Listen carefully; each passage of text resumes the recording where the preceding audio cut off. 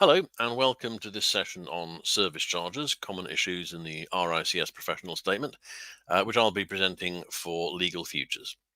I'm Mark Shelton, and I'm a non-practicing solicitor and commercial property management law trainer, formerly in practice with Linklaters, DLA Piper, and Eversheds Sutherland.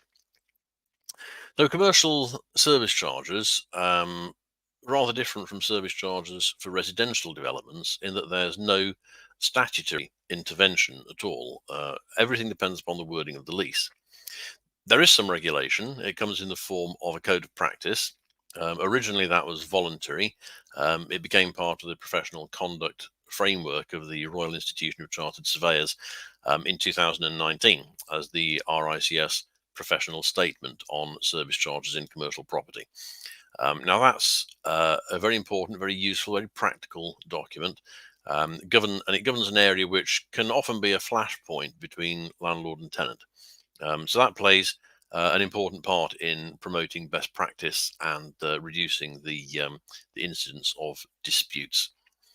So we're going to be talking about that professional statement in the context of some recurring issues, including, and this is not all we're talking about, but conclusive certification of service charge accounts by the landlord, charging for improvements to the property, the scope of so-called sweeper clauses, procedural requirements, reserve and sinking funds, and depreciation charges. And all not necessarily in that order. That's a slightly randomized list, but that's what we're going to be talking about in the light of that professional statement.